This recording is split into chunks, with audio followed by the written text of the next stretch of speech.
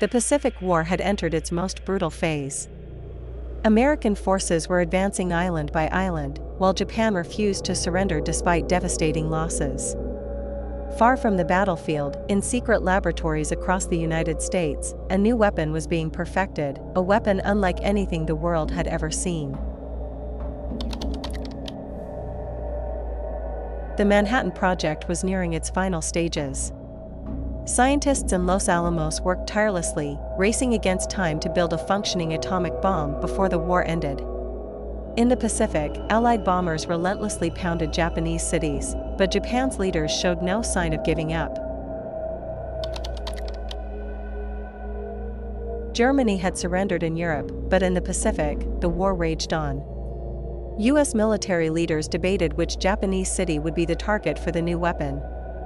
Hiroshima, a military hub with minimal prior damage, was chosen, not only for its strategic importance, but as a demonstration of the bomb's full power.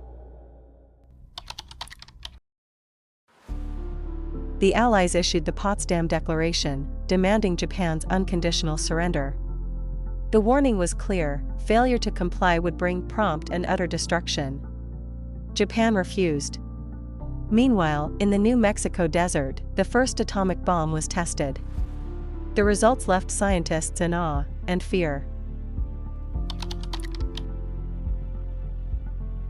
At Tinian Island, the components of the Little Boy bomb were assembled under strict secrecy. Security was so tight that even most soldiers on the island had no idea what was happening. The mission that would change history was almost ready to begin. The USS Indianapolis delivered the final components of the atomic bomb to Tinian. Shortly after, the ship was torpedoed and sunk by a Japanese submarine, becoming one of the worst naval disasters in U.S. history.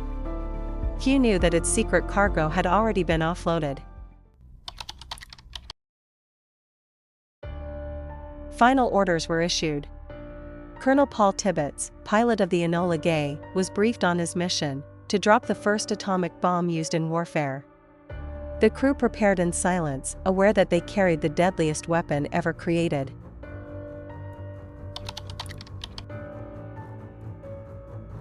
Enola Gay took off from Tinian under the cover of darkness. The journey would take 6 hours across the vast Pacific. In the bomb bay, Little Boy waited, armed and ready. The crew avoided thinking about what would happen once they reached their target.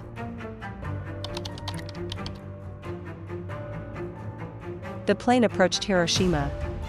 The city was waking up, people heading to work, children walking to school. From above, it looked peaceful, unaware of the fate about to unfold. The bombardier made his final adjustments.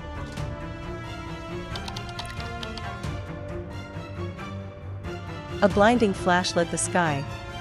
In an instant, a massive fireball consumed the heart of Hiroshima. A mushroom cloud rose, marking the beginning of the nuclear age.